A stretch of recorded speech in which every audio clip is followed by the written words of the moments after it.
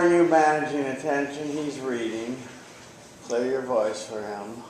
I need warm, supportive eyes. Find friendly eyes near the front and the center. Say your name, feel the love. Start your speech.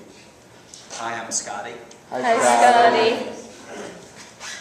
So everybody wants to work in Hollywood.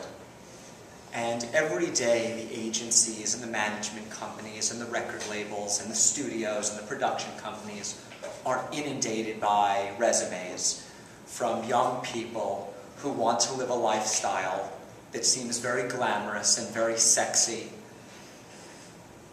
and that offers the opportunity to make a lot of money.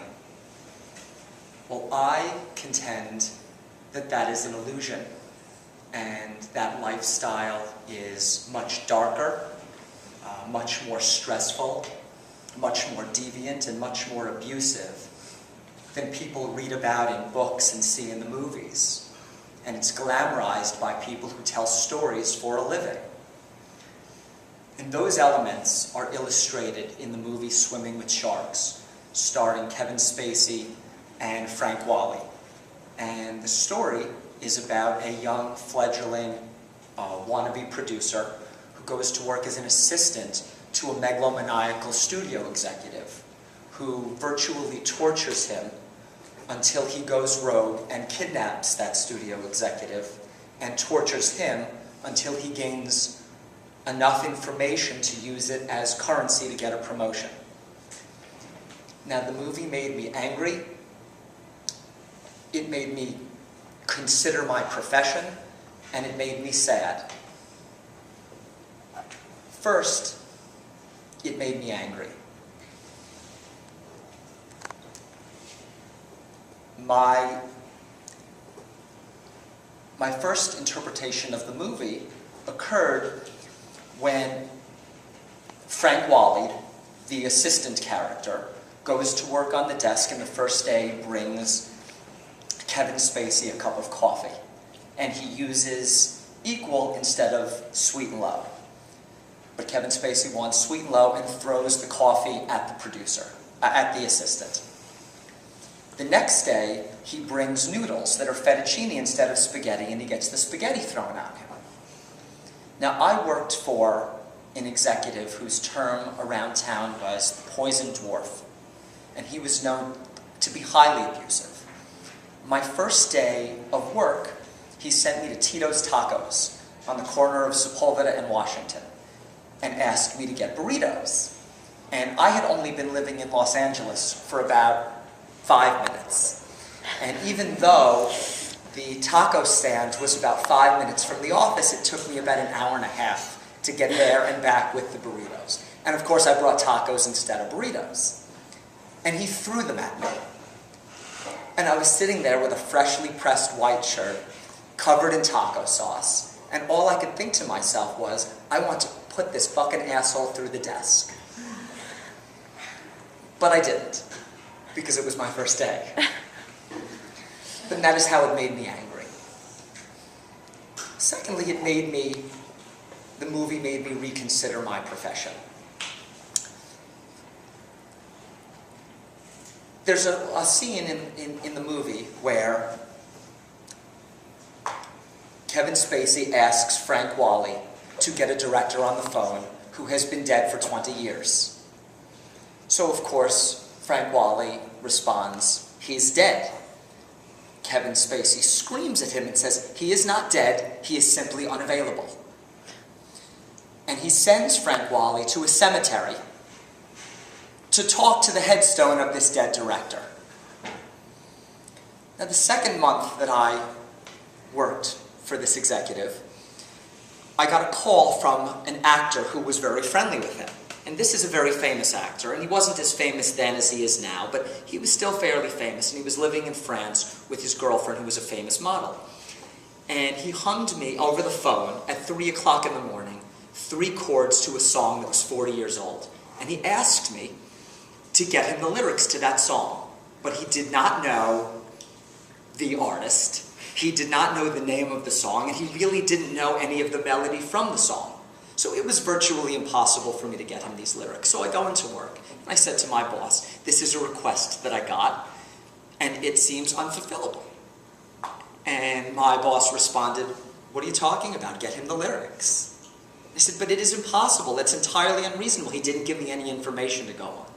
My boss said, "Who cares? You either do what you need to do or you fail, because I promise you, someone is going to be able to find those lyrics." So of course I failed, but this seemed so nonsensical to me that I really wondered whether this was a career path that I wanted to continue to pursue. I recalled that when watching the film. The third way it made me feel was sad. Throughout the course of this torture session, at the end of the film, the producer discloses that he was desensitized by the death of his wife and child as the result of a carjacking several years earlier. Well, I too lost a daughter a few years ago who was an infant. And I remember thinking that, I wasn't ready to be a husband at 35, but I was ready to be a father at 25. And I was so excited about having a baby. And I remember thinking, I can't wait to have a boy, and I'm going to teach him a split-fingered fastball, and I'm going to teach him to fight jujitsu, and I'm going to teach him to pick up chicks. And then, of course, I found out I was having a daughter. And I thought to myself, I found out during the ultrasound, and I remember thinking, my son has no nards. And then I was informed that I was having a daughter. And as soon as she was born, I forgot that there was another gender, and I felt instantly in love with this baby. And it's impossible to understand what that feels like until you are a parent. But it is as if your heart is walking around in someone else's body. When the baby passed away, part of my soul died with her. And I have been entirely desensitized since then.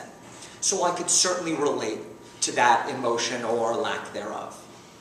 So I've given 3 examples of how the movie made me feel. It made me feel sad, it made me feel angry, and it made me consider what I was doing.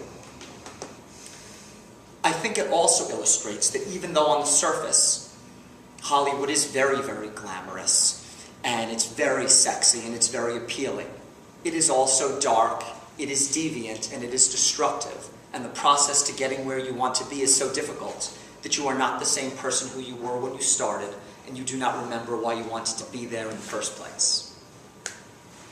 Thank you. Okay, let's start in the rear. Hello, I'm Chen. Hi, Chen. I think speech is very good and the structure is very clear. I like your space. I like your pace. Sorry. It is not too fast, not too slow. And your content is very good. Overall, you did a very good job. Okay, thank you. Improvement? Hi, I'm Isauro. Hi, Isauro. I like the content a lot. Just relax a little bit, I would say. Like, you're very well voiced, but if you walk around a bit more, that would be nice. Yeah, you're a little tense, and you'll see it when you watch it. You started with a resume about people wanting to work in Hollywood, and it seems glamorous and wonderful, and then you tied back to that. I would have liked to have some word or mention of the resume, so when you're sending your resume, maybe you want to reconsider sending it to Hollywood, so we have a better sense of the circularity, but you're on to the right track. On the thesis preview, it was good. I like some of the references you used that didn't get into speech, like Armani-clad soldiers. That's those are vivid pictures. That was good. On your significant statement, I think I want to remind you, significant statement is to sell to the audience. You're in service of them. What will it do for them? What will they like about this movie and so forth that will enlighten them? On your stories, you started off with angry, and you told the story of going to get burritos and you got tacos, and that was good, and we could feel your humiliation and your anger. I would say in the middle there, have a little better transition. You said the first way the film moved me, have a transition like, this reminded me of something that happened to me. So we know we're transitioning from plot to you. Effing a-hole is good for emphasis, for gets people's attention. You know, no one in the room will forget you said effing a-hole, but maybe you want to get control Yeah, that was impromptu. That was of your swear words so that you use them more judiciously. Yeah. On your second story, I think by the way, your setup of the plot summary was perfectly good and short. We didn't need a long knowing what the whole thing was. I think that the call at 3 in the morning and get me the lyrics to this song. This is all I can tell you. And I don't know if the lawyer or your boss was trying to give you a lesson that you try to come up with something. This reminded me a little of the scene in the Devil Wore Prada or whatever that film was called, where she wanted a copy of the Harry Potter book before it was released. How can you do that? That stuff, it actually happens. Yeah, this stuff happens. I know, because people get really full of themselves. What I wasn't sure of, Scotty, was I wanted you to come back to this and this really caused me to question this lifestyle and this business I was in. On your third story, you told about a carjacking, and then you shared with us the loss of your daughter. It was good and well told. I would have liked to have seen a little more emotion from you on that, but still walking the razor's edge. I'm not asking you to cry, but I'm asking you to show and remember your sorrow. And that's what I call felt sensing, that you will remember it, relive it, and then we will fill it. See? And that gives your audience a real connection and tension. And so I'd work a little on that. Your summary was fine, your conclusion was fine, except to say that I want you to repeat your thesis, which is to say, there should be no doubt in this room, Swimming with Sharks, was that the name of this? Swimming with Sharks really moved me. Say the name of the title of the movie. And then your tie back was fine. I like you to have listed at the bottom 3 goals, so each time you're working on something. What were you working on this time? 3 goals. My efficiency. Yeah. The velocity by which I told the story. Yeah. My clarity and the coherence. Okay, I think the pace was good. And it was longer than 6 minutes, right? Yeah, I didn't set the timer, but yeah, it was over. He was at 5:22 by the second one. Yeah, so you'll want to work on your timing and work on your word economy. There was something about if you practice moving 3 times. Let me see you move 3 times and follow him as he moves, but keep it on the on this. You're in the power center of the room, so sit there. Put your hands off your hips. It's a little aggressive. And let's move to the right a couple of steps, and you step in the direction with the foot you're moving in to go that way. So it's a little side kick to the right. You don't cross over your feet. Now let's move all the way over here to the left. 1, 2, 3, about there. Work this side of the room, still glancing at that side of the room, and then back to center. Okay, let me see you go back to center. Yeah, you need to practice walking because it's awkward the way you were just doing it. But that's the idea, and that movement will relax you and relax the tension you carry around. People pick up the nonverbal. And they react to it. And some ways it's good, some ways it's bad. People don't always want to be talking to a real intense person all the time. you know, so I would work on that. Other than that, you did a nice job. Thank you. 15. He was really close, coming up close to you. Yeah. Yeah, so you had to kind of lean back. Yeah. Okay. Good. Okay, back row. Anybody else in that row? Oh, are you just arriving? Are you just arriving? Yeah, sorry. Are you talking about back row film speech? What? The film speech? Yeah, you have to, I gave out the final. Okay. So you need to get that piece of paper there and fill it out with a pencil.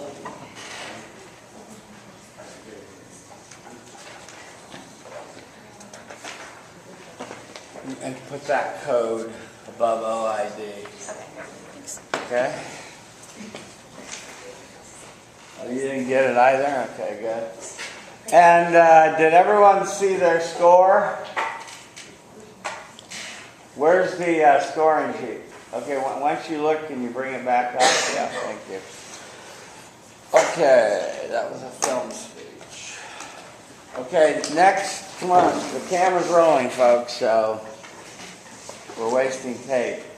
Back row, do you owe me a film speech? Come on down. As they say in The Price is Right.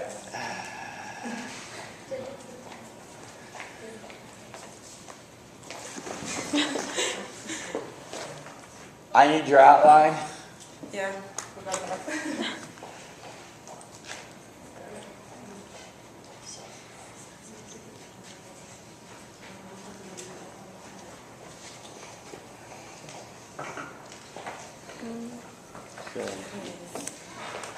Okay, yeah, power center of the room, power stance, feet a little wider apart, about your shoulder distance, good.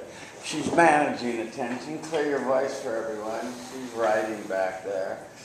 Communicate respect non-verbally to everybody in the room. Find friendly eyes here in the front and the center. Say your name, feel the love.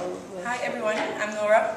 Hi Nora. So today I'm gonna tell you about my experience when I watched the movie A Little Bit of Heaven, which is by Kate Hudson. Actually, this movie talks about a young lady that had cancer. So throughout the movie, she was trying to cope up with the fact that she's literally dying in a certain period, for a certain period. So she, throughout the movie, she tries to deal with her friends and family and trying to find quality for her life as she was trying managing her life. So this movie moved me made me feel three different emotions. First, I felt thankful, then I felt sad, and then I felt mournful. For the first feeling, it was when Kate, her name was Marty in the movie, she actually demonstrated throughout the movie her relationship with his sister. So I felt thankful because I personally have a twin sister that I really feel that we are close. She's my best friend. She's my everything, actually. And so the relationship with Kate Marley and her sister remind me of my relationship with my sister. As in fact, there was an incident in this scene in the movie that Kate got a deal in her work. So her sister got her a present. And that reminds me when I was sick and on our birthday, I had swine flu. So I couldn't go out. I was kind of arrested at home. So I begged my sister to go out and celebrate with our friends, and finally she got to go out, and on her way back she got me a gift. And actually that was the first gift from my sister, because we are twins, so we don't really share gifts at our birthday. And that was it for the first emotion. The second one, I felt sad because, as I said, the movie shared the experience of a lady that had cancer. So in my family, my grandmother actually passed away because of cancer. So the second scene, I felt sad because I saw the scene where she just knew that she had cancer, so she invited her family and friends over to dinner, and while they were having dinner, she actually told them the news that she has cancer. So they were all in shock and they couldn't say anything. And that reminds me when at first my father came from the hospital and he gathered us around, me and my sister and my older brother, to tell us to break the news. So it reminded me of this very moment, because when my father told us about it, we couldn't even speak. I still remember to this day the faces of my mother and father, and I couldn't even stand it that I left right away as my eyes filled with tears, and I couldn't even want to cry in front of my father because he was so sad and he didn't really take it in. So that was the second scene that made me feel sad. And for the last one, it's when I felt more full, because this actually was the very last scene in the movie where she was actually dying, and all her parents and family parents and friends were all around her in the hospital. And that reminds me when the day my grandmother passed away, I was coming back from school, and I was actually she was in the hospital for a few days before. So every day I used to go visit her right after my classes. So that specific day, I said to myself that I can go home first, change, and take my sister on my way and go visit her. But when I was still at home dressing up, I called my parents to see if they are still there in the hospital to go visit her. And they told me not to come because she was already gone. And so that scene made me really mournful, because I related to it to a certain extent that I can't even describe it.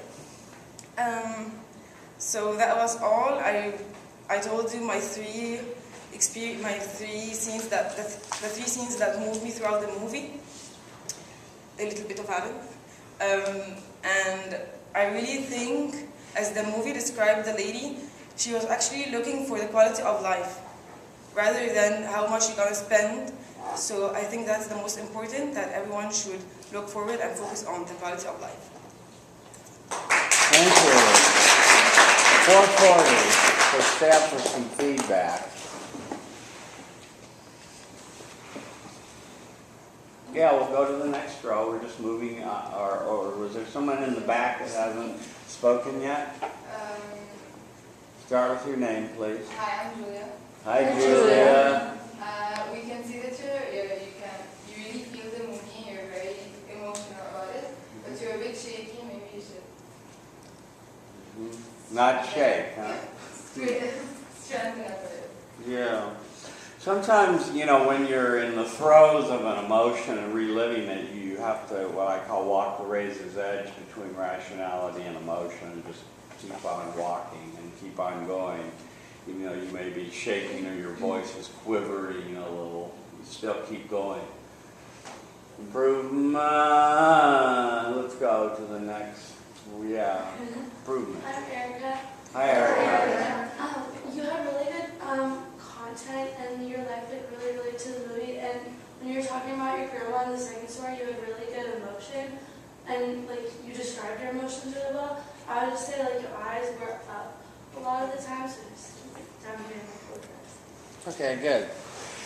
You want to make, I guess your eyes are up there because you're trying to remember what to say, but eye contact 3 to 5 seconds would be good. You had a quote here that you had on your paper that you didn't use from Abraham Lincoln, one of our great presidents, who said, in the end, it's not the years in your life that count, it's the life in your years. And I think that that gets to what you were tying back to in the quality of the life. So don't be afraid to use a quote as an introduction. That was good. Your thesis preview was fine. We knew that the film really did move you. And I think that your significance statement was okay. Let's talk about your stories. You had a brief plot summary, and then you talked about your twin sister, and you were sick, and she brought you a present, and this made you feel very thankful. And I want you to relive that emotions and repeat it at the end of your little segment. And you see the way you have your hands behind your back all the time? You were doing that a lot during your speech. So, have you heard of Tai Chi? Tell me about it the last time. Yeah, okay, yeah. So take a class in that so you know what your body is doing while you're speaking. I'm not joking around. I mean it. You're doing things like this that you don't even know you're doing, and you get a sense of your body awareness that way. But I did like your emotions about your sister. I could tell that you really love her, and that, as you put it, she's my everything, and so that was good. On your second story, don't give away the punchline before you do it. The pattern was tell the plot of the movie briefly, then this reminds me of my story. And I like the way that you went and visited her every day, and then the one day you didn't go and you went home to change clothes and your parents said don't come. It must have been very frustrating for you because you didn't get a chance to see her that day. And so you needed to say, and that made me very sad when I couldn't go back to the hospital. They told me don't come. So relive your sadness, and it will communicate it to the audience, and that will make your speech more sticky. And that's what we want, is our speeches to stick, right? On your third story, you said mournful, and the plot summary was good. And then you talked about your grandmother passing away, and I wrote down here at the bottom, see, you get out of the power stance a lot, so just get in the power stance. And I thought that at the end, just reiterate your emotion, but the emotion communicated there was good. Your summary could have been a little bit more specific. Say the three emotions and stress them with your voice so that the audience remembers what three emotions you communicated.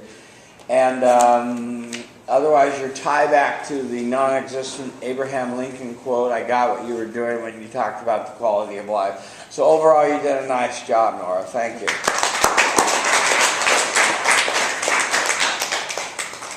Okay, next. Did anybody else that came in late not turn in the midterm or not see the results? Where are the results? Okay, we've all seen them? I didn't see it. You didn't see them. Okay. Thank you for bringing it up. Okay, next row, or anybody else in that row for a film speech? Okay, next row? Yeah. Let me look at 28. Okay. Yeah. Hi, how you doing today? Good. Good. You got your review from the New York Times right on top. Okay, good. Managing attention, communicating respect. Okay, they're talking, so clear your voice for them. Find friendly eyes near the front and the center. Say your name, feel the love. Start your speech. Hello everyone, my name is Andrew. Hi, Andrew.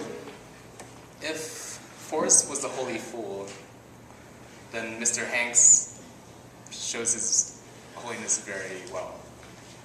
Only in this touching, imaginative, childlike performance does it display the emotional weight of this movie. This is what the New York Times had to say about the movie Forrest Gump.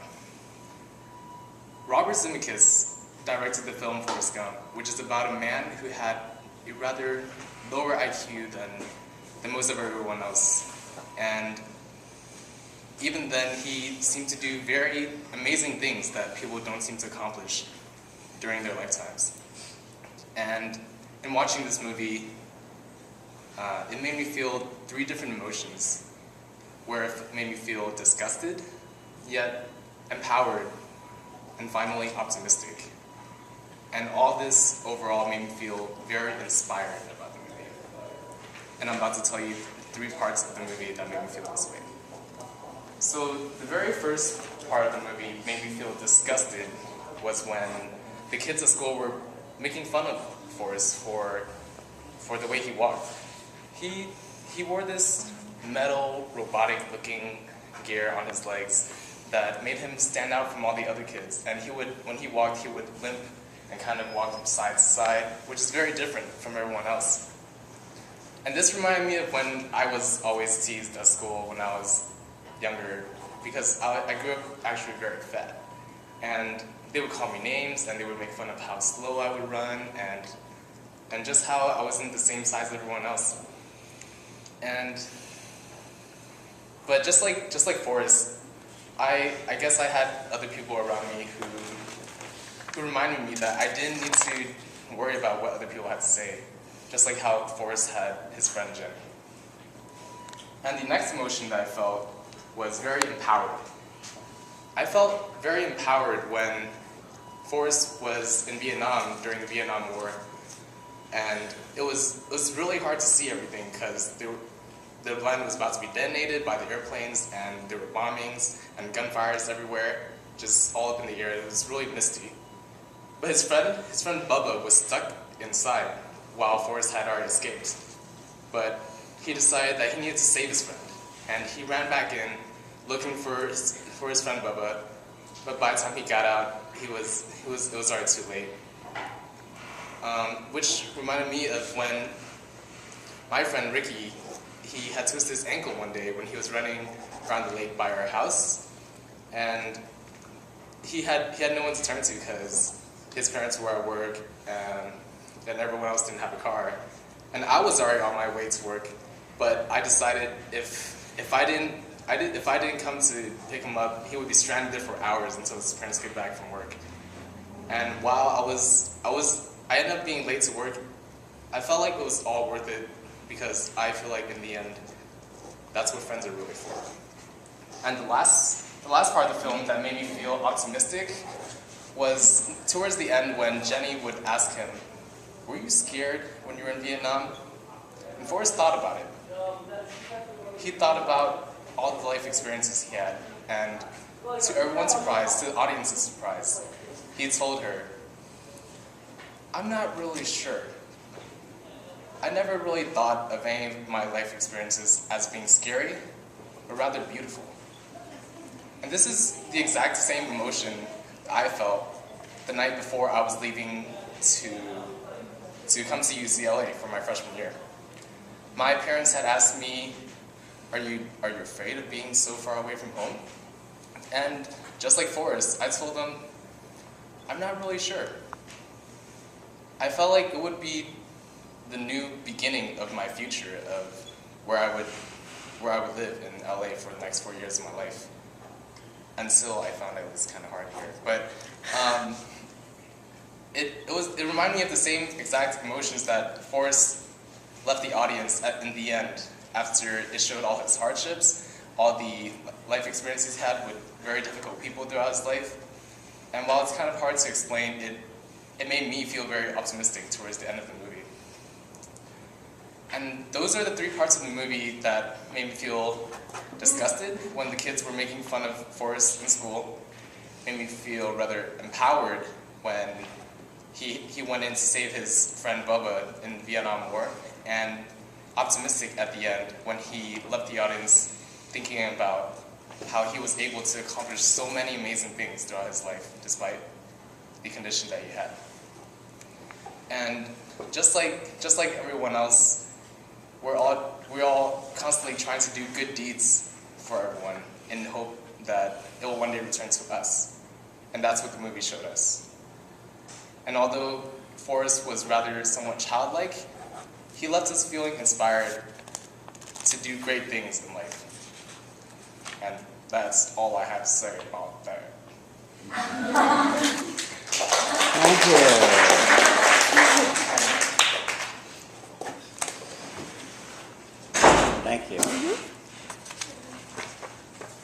somewhere in the rear. Right this row. Hi, I'm Agnes. Hi, Agnes. I like the speech, especially the first story. It's very genuine. And then you did move around, so that's good. Thank you, Agnes. Improvement? Hi, I'm What's your name? Rue? What's his name? You. You? Okay, hi, you.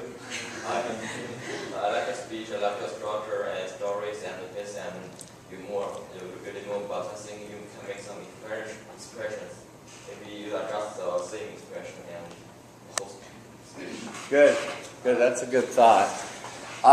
There's sort of a similarity to your style of delivery, and you want to have a variety in it so that you're more interesting to listen to. And sometimes loud, sometimes soft, sometimes fast, sometimes slow, so that you people don't know what to expect. You started off with a quote from your film review, and I asked that people say whether they agreed or disagreed with the quote. So remember to say, and I agreed or I disagreed with this quote. And it's sometimes good to say who wrote this, Frank Rich, or who was this? Janet Maslin, the New York Times critic, wrote this about the performance. On your thesis preview, it was fine. On your significance statement, it was okay. On your first story about feeling disgusted and the fact that you were made fun of because you were overweight, I would have liked to have had you remember more of the shame that you felt and feel it again here for us now and communicate that emotion to us. And you did come out of the story with saying you had someone there that helped you not have to pay attention to what other people say. Now, on the first two of your stories, you want to return to your emotion and say, and that's why I felt disgusted. So there's no question what emotion it reminds you to what emotion you're communicating. On your second story, you had kind of a long plot summary of what happened with his friend who was killed, unfortunately. And then you told your story of helping your friend with the broken ankle. Same thing, good storytelling, but a little bit more on your feelings, why that made you feel empowered and good and proud of yourself that you helped a friend even though you were late for work and that sort of thing. On your third story about being optimistic, this movie communicates to people on so many different levels as a fable, as a metaphor, as an inspiration because none of us have the intelligence of Einstein. We all have fallen short, right? And yet we can make up for that with our hard work, with a good heart, and the other qualities that Forrest Gump taught us can help you get ahead in life even though you're not Einstein. On your own story about UCLA and your parents asking you, were you anxious? You said no, you were more optimistic. And so I guess that was good. I would have liked you to elaborate a little bit more on your feelings. Your summary, your conclusion were good. And I liked your humorous imitation of Forrest Gump in the end. That was creative. And that was good, and I also like the fact that you didn't use notes, that you spoke extemporaneously, so that was excellent. So overall, you did a nice job with the exception of the things we mentioned. Thank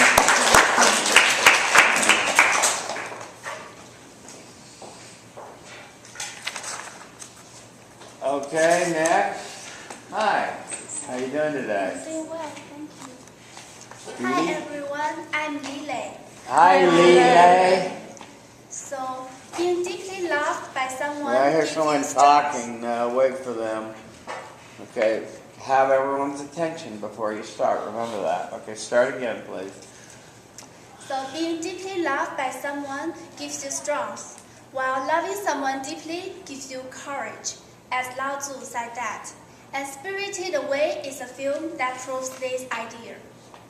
It is a story about the fanciful adventure of a 10-year-old girl called Chihiro. She and her family accidentally got into a town which was possessed by spirits.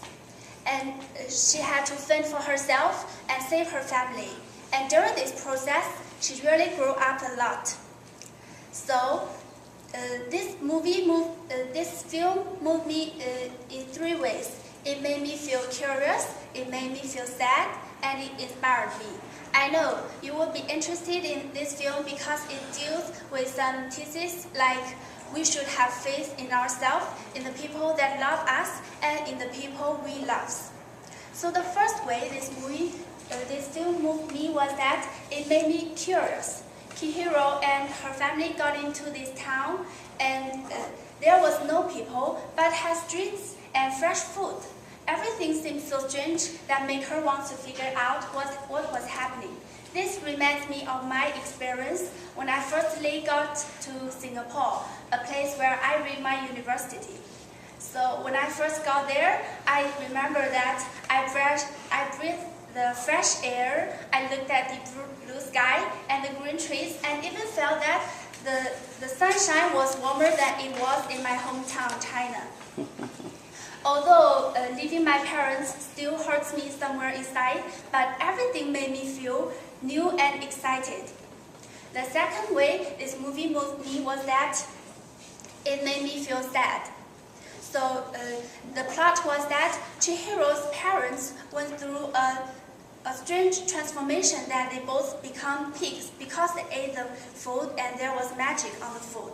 So she was left alone. She had to fend for herself. She had to work very hard and deal with a bad witch to save her parents. And this also reminds me of my own experience, not because my parents become pigs, but I was alone.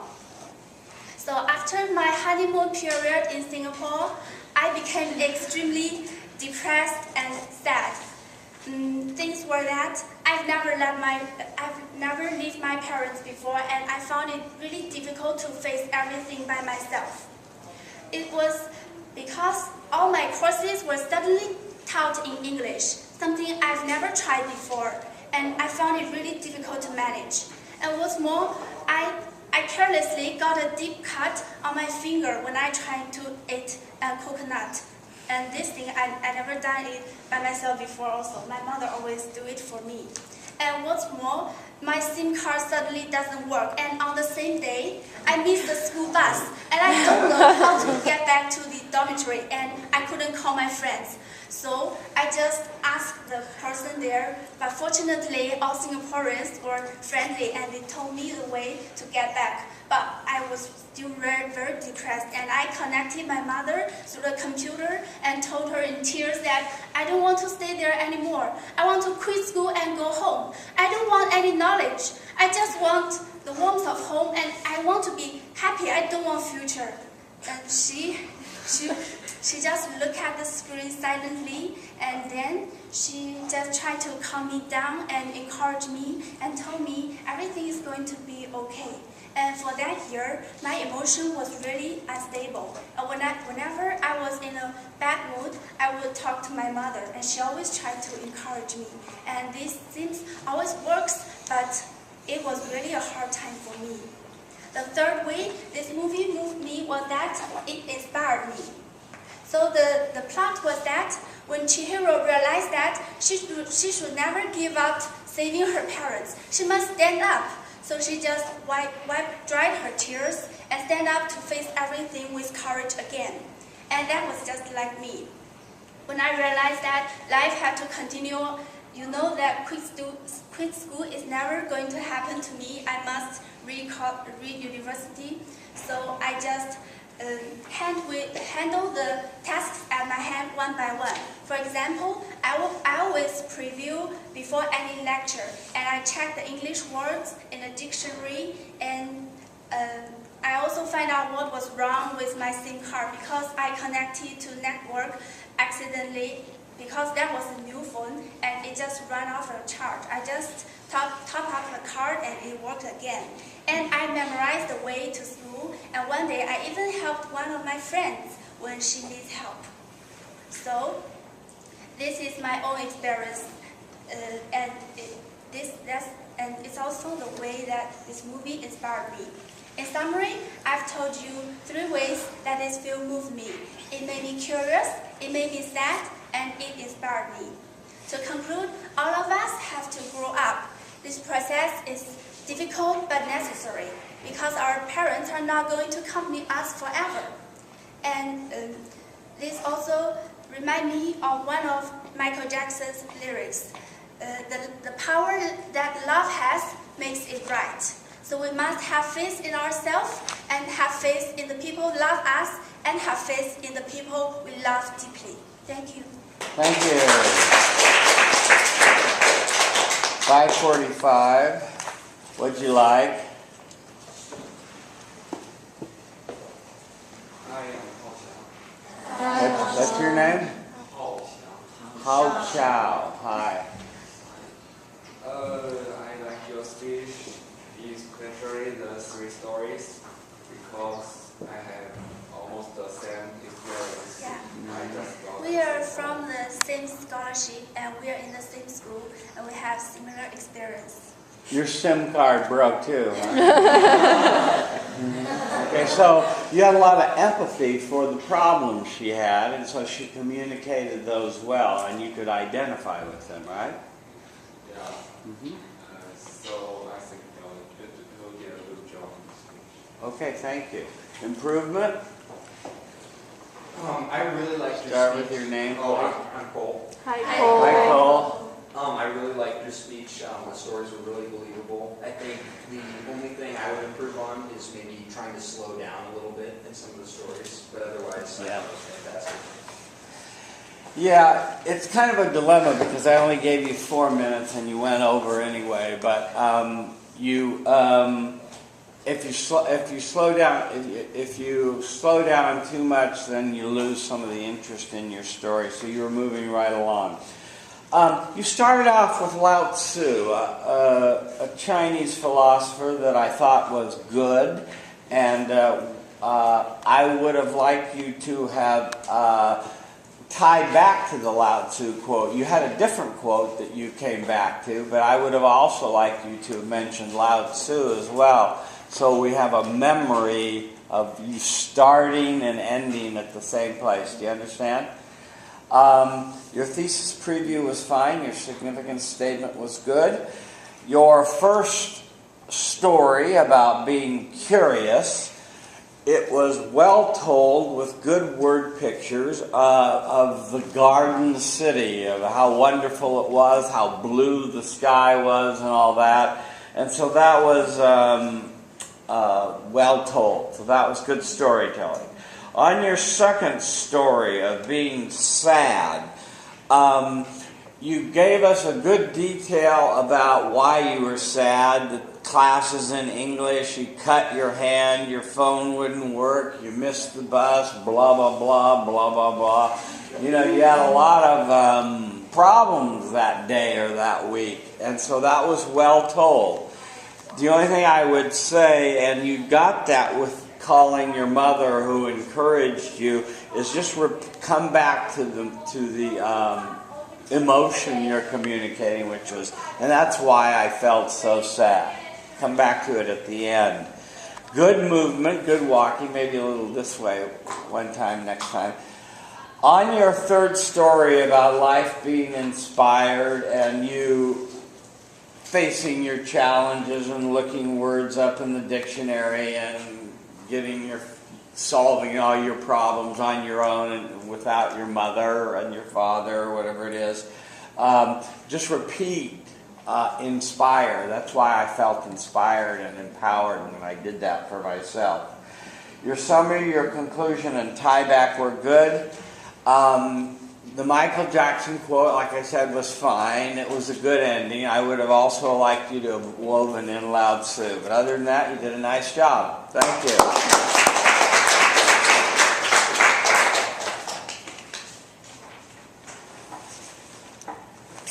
Okay, next.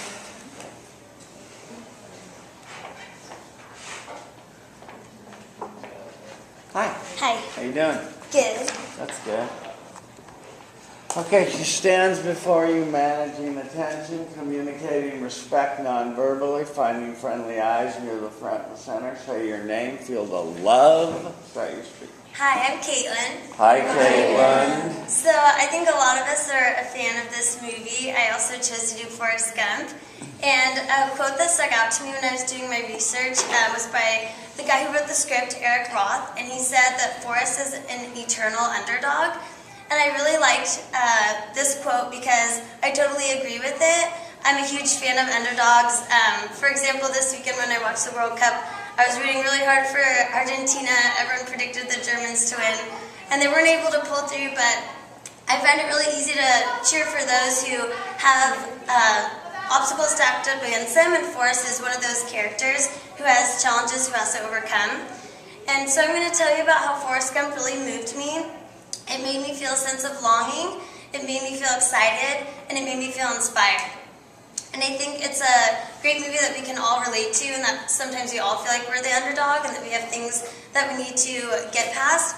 And you never know, you can't control what life hands you, and you just kind of got to roll with it and approach it with a positive attitude. So the first way the movie made me feel was it gave me a sense of longing. And I related to the scene in the movie when Jenny runs out of her house and she goes to the cornfield and she prays, "Dear God, make me a bird so I can fly far, far away from here."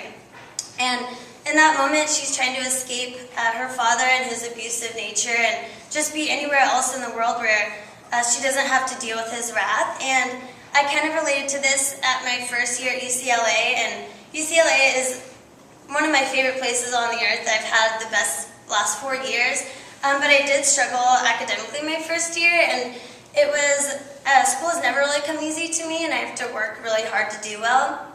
But it was hard. I remember the nights I pulled all-nighters and being addicted to coffee to get through the classes and just kind of barely passing, and it seemed like everyone else just had it figured out, and it was a lot harder for me. And I was so excited at getting in here, and I loved this school, and it just felt like kind of I didn't belong because it wasn't good enough. But I'm still here, I made it out, I have good grades now, but it was just kind of a learning curve and getting over putting pressure on yourself. But I think I learned a lot, and in those moments I just longed to be somewhere where I wasn't failing, and school kind of became associated with disappointment. And so I really related to Jenny in that moment and trying to get away from hard times in your life. So the second way the film made me feel was excited, and one of my favorite scenes I think is really funny is when Forrest is driving his boat, and he's the only one on the ship, and he sees Lieutenant Dan on the dock. It's one of his friends from the war, and he hasn't seen him in a long time, and he completely abandons his ship and jumps into the water and swims to the dock, and he's so excited to see his friend. And it reminded me of when my brother went abroad for a year.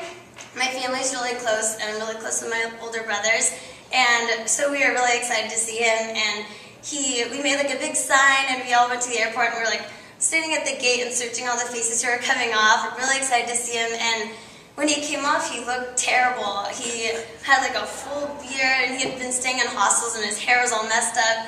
My dad was like, "Oh my gosh, he looks like a caveman." It was really alarming, but we were still just so excited, and our whole family was back together for the first time in a year, and the empty seat at dinner was filled, and so I really related to Forrest in that moment, and I loved that scene, and that's how I felt excited from that. And the third emotion I felt while watching the film was inspired, and one of the last scenes that Andrew talked about too is when Jenny asks Forrest about how scary the war was in Vietnam, and I love the fact that Forrest is able to admit that there were some things that were scary, but he instead dwells on how beautiful the land was, and when the rain stopped, how he looked at the sky, and it was one of the most beautiful scenes he had ever seen. And It's really inspiring how he can find such beauty in a time of war and a time of struggle. And I related to this in my own life with the situation when I was in middle school. And my mom was diagnosed with breast cancer, and me and my sister were familiar with cancer and really knew the severity of it because her mom had died that same year from brain cancer. So it was kind of a rough time, and I remember when she told me, I don't know if any of you have felt this before, but just the thought of losing a parent when your parent is supposed to be that strong person for you and always protect you, and seeing them at a low is really hard. It's a role reversal. But what was so inspiring is how my mom saw it as just another obstacle to make her stronger. And that's exactly what happened. And she has been cancer-free for 8 years now, and she really was so brave for my family, and that was so inspiring to me, and I'll never forget that. So in summary, this film has really impacted me, and it's made me feel 3 important emotions.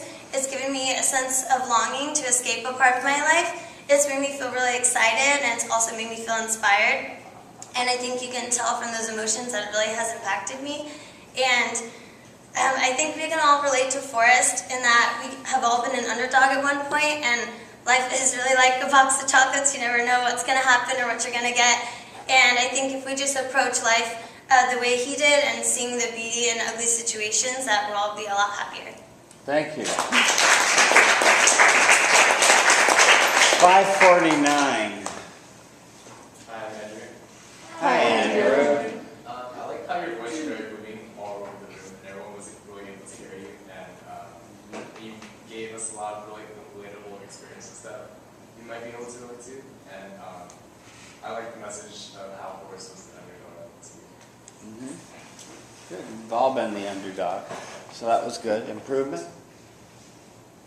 Anything there? Hi, I'm Scotty. Hi, Scotty. I really enjoyed your speech. It was very easy to pay attention to. It was really impassioned. You were holding on to your hands a little bit. I feel like that's where you could improve by just separating them. Okay. Yeah, when you watch yourself on YouTube, you'll see what you were doing. Also, wear clothes that fit. Your sleeves are too long, so they block. I'll roll them up next time. Yeah, they block your hands, and your hands are important tools in your communication toolbox. Okay. Okay, so wear clothes that fit. Let's go through the film. You started with a quote from the writer. He's an eternal underdog, so it gave people an understanding from the writer himself what he was getting after with his film. And by the way, you're getting better, but you still need to work on your word economy because you still were a little bit wordy and long. On your SIG statement, it was good. On your first story, I Can Fly Away, you very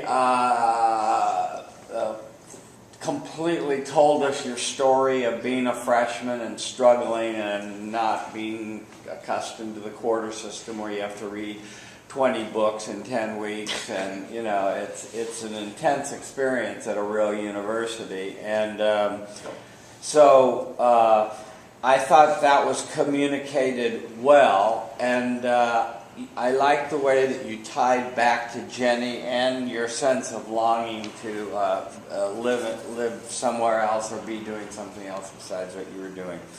On your second story, the plot summary was a little bit long, it wasn't needed. On the story that you told, though, about your brother, you did communicate your excitement in seeing him, even though he looked like a hippie and all this stuff, and he looked awful and disheveled and all this stuff. Still, you communicated the idea of being excited, and you remembered it, and we felt it too. So that's what felt sensing does, and that's what I'm after with this communicating emotions. On your third story, Being Inspired, you talked about a very personal story of being in middle school and having your mother almost swept away from you with breast cancer. and her attitude of fighting it and being inspired by her, and that was good. A little bit more of you in that storytelling would have been good.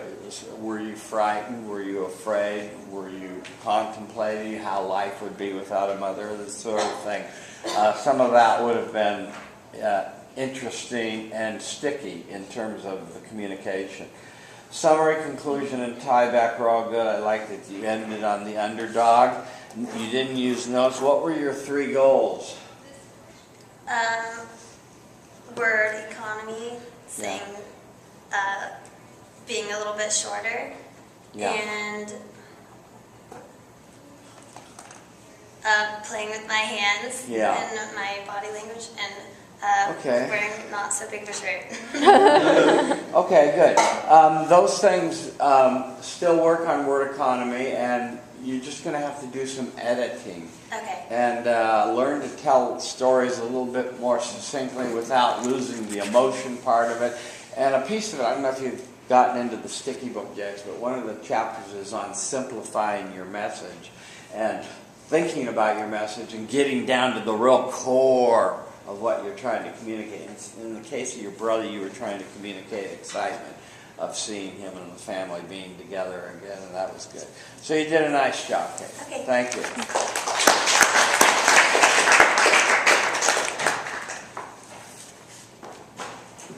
Okay, next.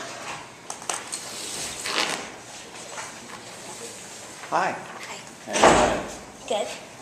Good. Okay, she's managing attention. They're talking. Communicating respect, finding friendly eyes near the front and the center. Say your name for the love section. Hi, I'm Megan. Hi, Megan. Hi. So I'm going to start with a quote. So in the locker room, Coach Herman Boone told his football team, "Don't let anyone tear us apart, and don't let anyone separate us." And the story of Remember the Titans is an inspirational, true tale, and it's about overcoming struggles and unifying a team in a mixed-race community. And the way this film made me feel were 3 ways. The first way is it made me feel angry. The second way, it made me feel scared. And the third way, it made me feel hopeful. And as Tim Loudon said, he felt that in his review in Sports Illustrated that this film was way more than just another sports movie with a predictable ending, but had a really great message about coming together as a team and having a hopeful future. So the first way that this film moved me is it made me feel angry. And the scene that I think about in the movie is when on the first day of school there's a lot of tension amongst all the students, and one of the teammates wants to introduce his girlfriend to his African American teammate, and when he introduces them, she doesn't shake his hand and she turns away. And this scene made me feel really angry, and I related to it at a time in my life when I felt judged for my background, and that was where I grew up in my high school.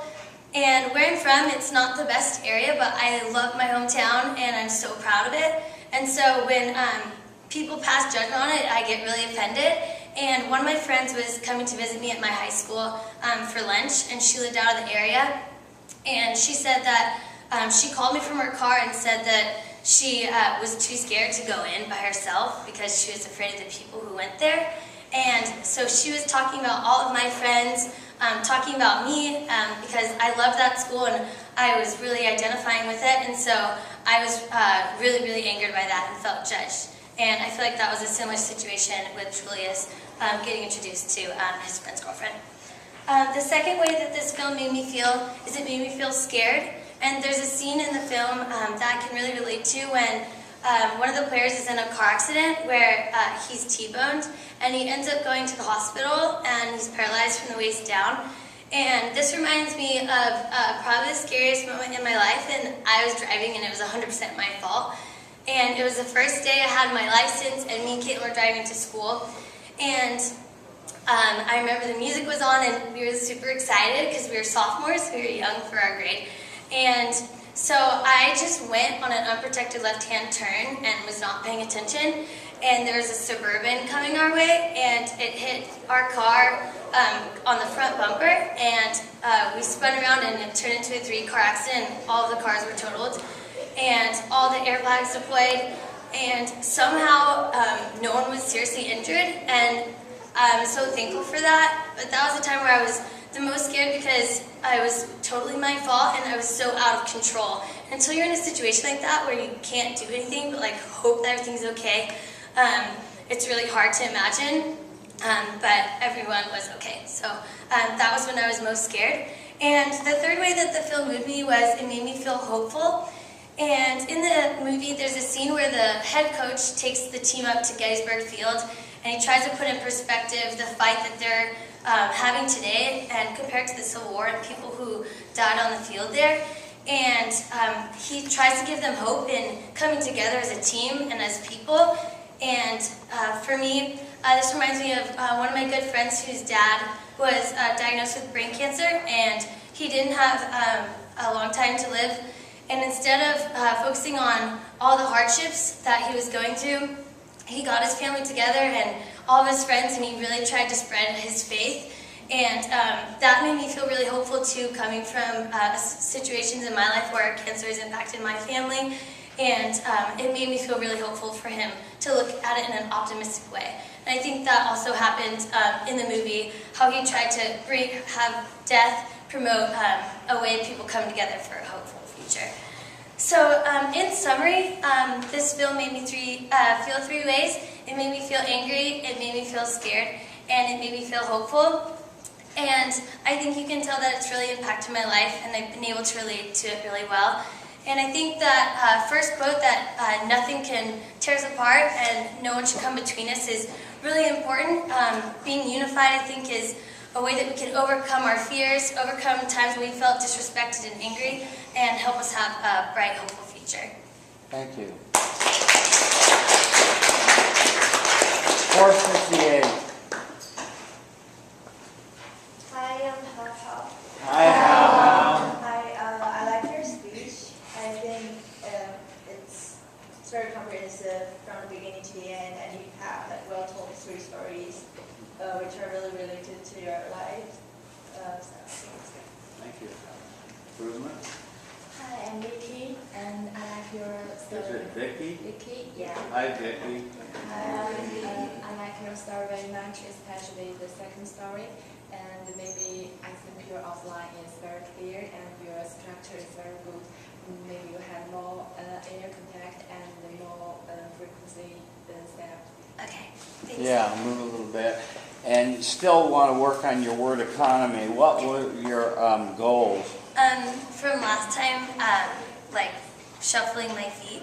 Yeah. And going too long and talking too fast.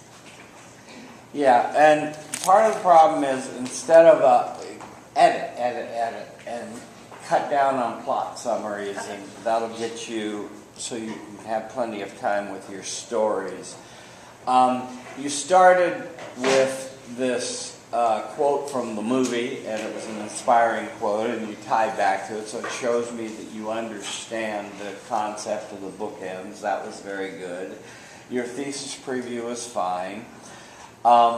Your quote from Sports Illustrated was okay, and it got the job done. Just remember to say whether you agree or disagree. Was it another sports movie? Was it a great movie? Did you agree with the reviewer or not?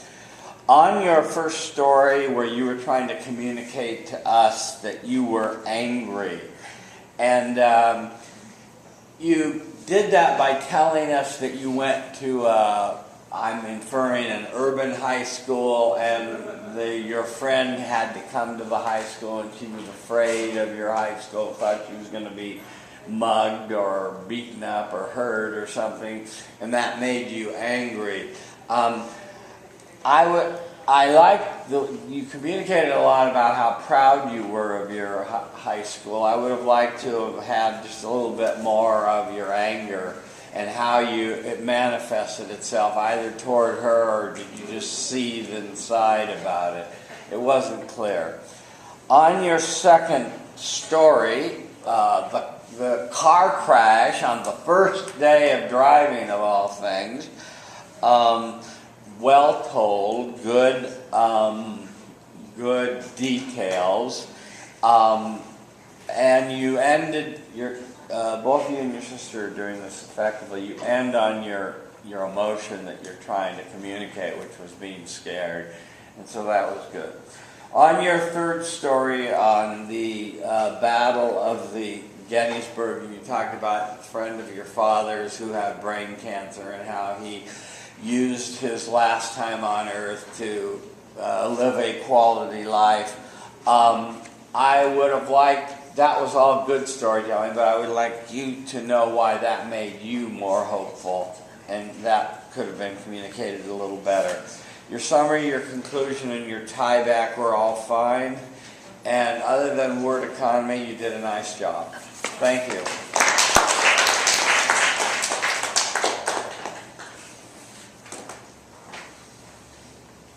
Hi. How you doing? Good. Okay, she's managing the tension. They're talking again.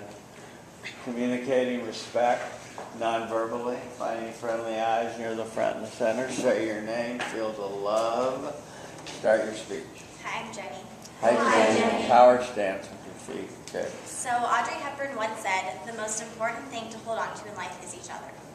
So I'm here today to talk to you about the importance of family, how growing up and letting go are an essential part of life, but how we may learn to hold on to our loved ones and cherish the memories of the past at the same time. So today I want to share with you a film that really moved me. The 1991 classic, Father the Bride, made me feel three ways. It made me feel nostalgic, it made me sympathetic, and it made me hopeful. I know this film, you will relate to this film and the themes that it presents, even if you haven't experienced a wedding firsthand before. Because Roger Ebert, I wholeheartedly agree with what Roger Ebert said. And he said that this is a movie with heart, its truths are sweet and gentle. And this movie presents heartwarming, true-to-life themes about letting go and growing up, which are things that we must all learn to embrace, but are difficult to accept. So the first way this film made me feel was nostalgic. The instant in the film that made me feel nostalgic was when Annie, the daughter, is absolutely glowing with happiness when she first gets engaged and comes home to her family and is eager to tell them the news. And this makes me feel nostalgic because it reminds me of the time my sister got engaged and came home eager to tell my family and I the news. And so earlier that night, her now fiance, Charlie, took her out to dinner for what she just thought was a 3-year celebration of their dating anniversary. But little did she know his plan of showing her a video of him telling her their love story and then getting on his knee and asking her for her hand in marriage. And so she came home and she was absolutely glowing. I've never seen her so happy before. And of course, myself and my family were overjoyed for her as well. And I could only imagine how she felt in that moment. And so this reminded me of the movie, and this is how I felt nostalgic. So the second way the film made me feel was sympathetic. The instant in the film that made me feel sympathetic was when George, Amy's father, is at first overwhelmed and unable to cope with his painful emotions that his little girl is growing up and getting married and moving out of the house. And he is so upset that at first he hallucinates and sees his 5-year-old little girl like sitting across the table from him at dinner telling him the news of her wedding, and he has to blink away this vision. And the way this reminds me of, or I feel sympathetic because this reminds me of the way my own father must feel about my older sister getting married. Of course, he's very, very happy for her, but I can tell that he is a little bit sad about the situation because the night my sister came home to tell the news, I saw him tear up a little bit, which was shocking to me because I've never seen him tear up before, except for this moment. And so, and since the engagement, I've seen him, look at old photographs and reminisce of the past. So I know that it's probably really painful for him, and I sympathize for him because I can only imagine a parent's feeling of watching your family grow up. But this is how the movie reminded me of this and made me feel sympathetic. So the third way the movie made me feel was hopeful. The instant in the film that made me feel hopeful was when towards the end of the movie, all their months of hard work, planning, and coping with emotions and getting along, staying within budget, the family, Annie's family pulls together this beautiful wedding for her, and she ends up being elated and happy with it, and she's sent off on her honeymoon, married, and just everyone finds inner peace for her as well. And this reminds me of how I want to feel on the day of my sister's wedding. So since her engagement last September, we've come a long way planning the wedding coming up with the wedding party, and I've done a lot to help her because I'm the maid of honor. But there's still a lot of ways to go for her wedding, which is coming October. And but the movie makes me feel hopeful that the big day will turn out even better than we planned.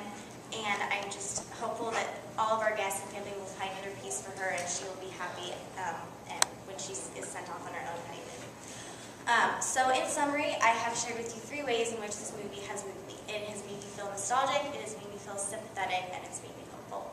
And so there should be no doubt in this room that this movie, Father of the Bride, has really moved me.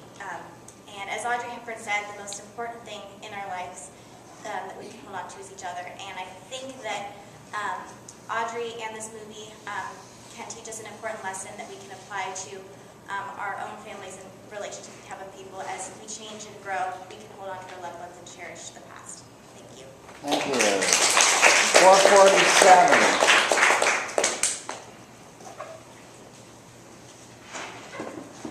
I like your speech. That Hi, was I'm your name. Hi, I like your speech, and you have very suitable movement and make your structure very clear. But sometimes your voice is a little soft, and I cannot catch what you say. Good feedback. Improvement. Hi, I'm Julia. Hi, Julia. I like your speech and your stories, but I think it will make me maybe a bit nervous. So I saw your hand like this, and you are a lot. Oh. Yeah, but it's better compared to before. Yeah, it's getting better. Jenny, I like the movie that you chose, and I could tell that you related to it, and you chose to use your sister and her wedding as your feelings about it.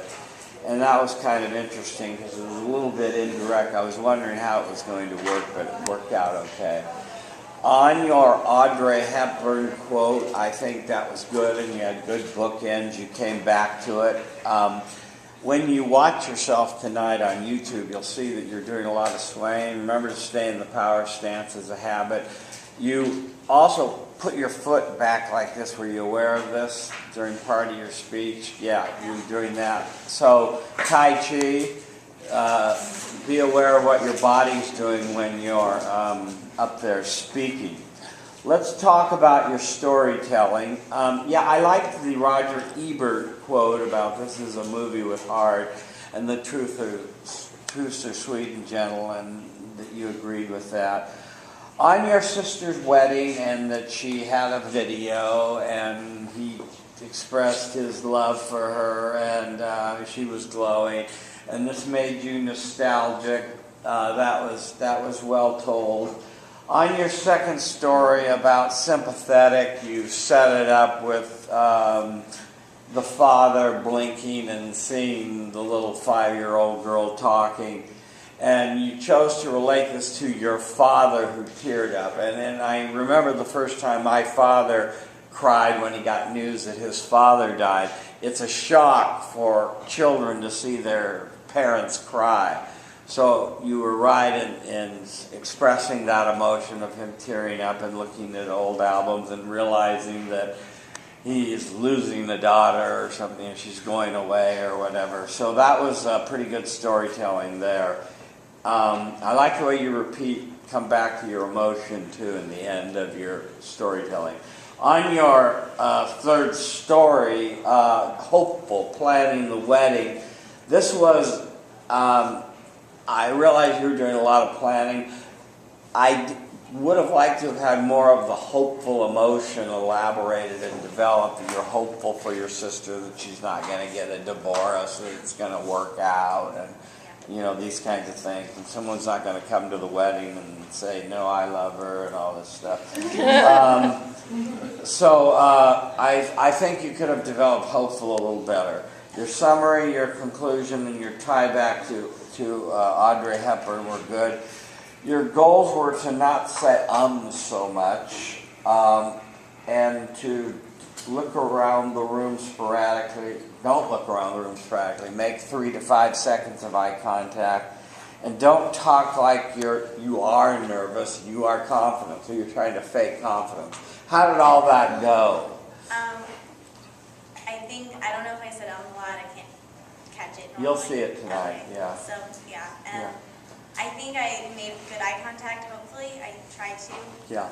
And I don't know if I sounded nervous. I wasn't too nervous, but I don't know. Yeah. We want to fill the room with the energy of your voice and yourself and your persona. And so don't be afraid to project a little bit more for your speeches. Okay. I think that will help you. Okay, you did a nice job. Thank you.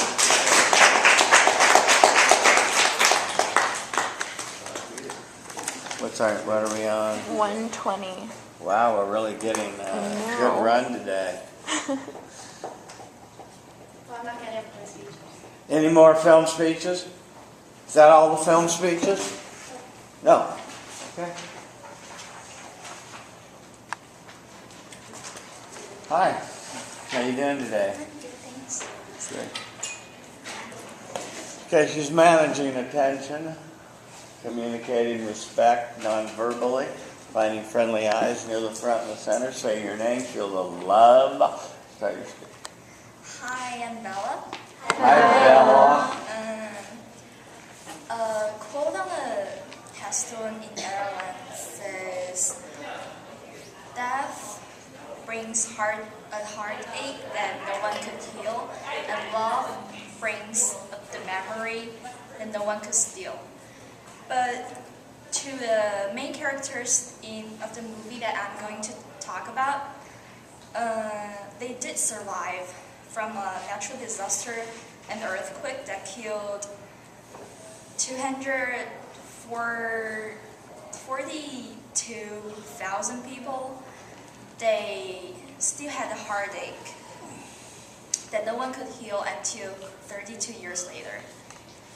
And this movie is about a natural disaster, and it involves a lot of death and loss.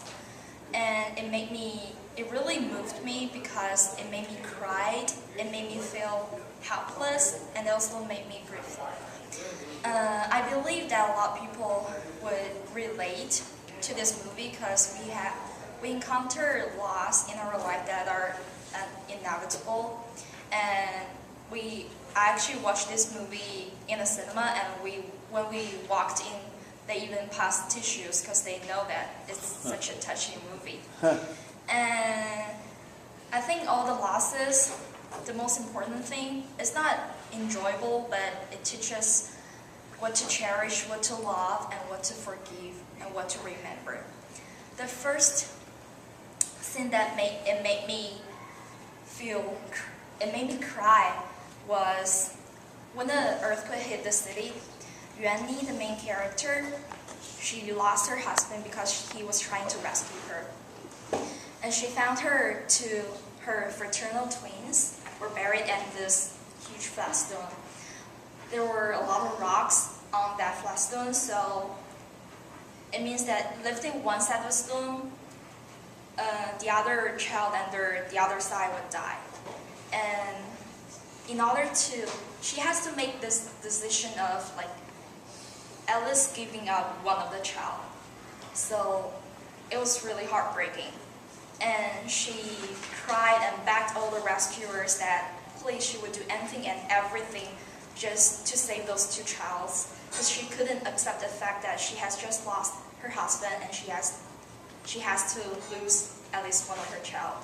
So when there was this other guy found alive, all the rescuers were about to leave and go help. She cried and begged and dragged one of the guy's leg and saved the little brother. And it was really heartbreaking, so I cried. And it reminds me of my first will. It was a week before my last exam, my last final of my last year of middle school, and my grandma was not in good condition, so we were planning to go back and visit her that weekend. But in the morning of that Friday, I was in a math class, and my counselor came in and told me to pack, and that my father was waiting for me in front of the school gate.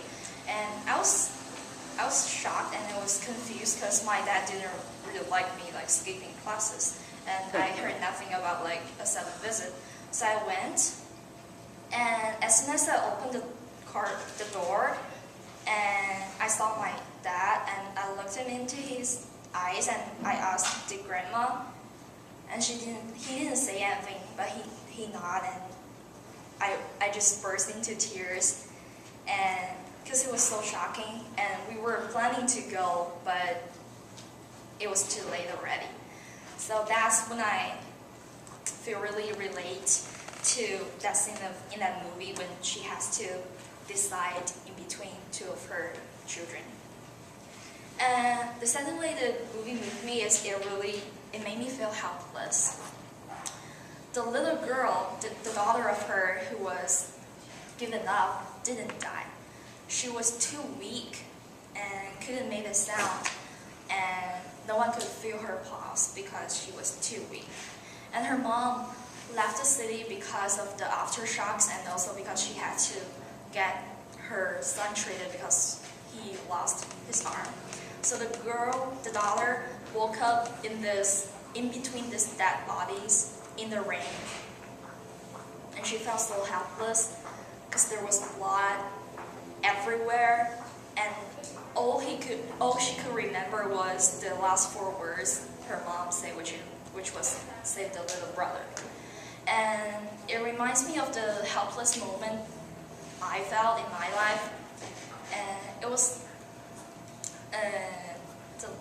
a week before my graduation in high school. I got a voice message from my mom, and she said, "Bella, I think I should tell you this thing." And she sent another voice message, and I could barely hear her voice because she was sobbing. And she said, "Your grandpa is gone." I was really shocked because I couldn't accept that the previous summer was the last time that I met him. And I was so close. I was a week till the graduation, and then I can just leave here and go back to China. And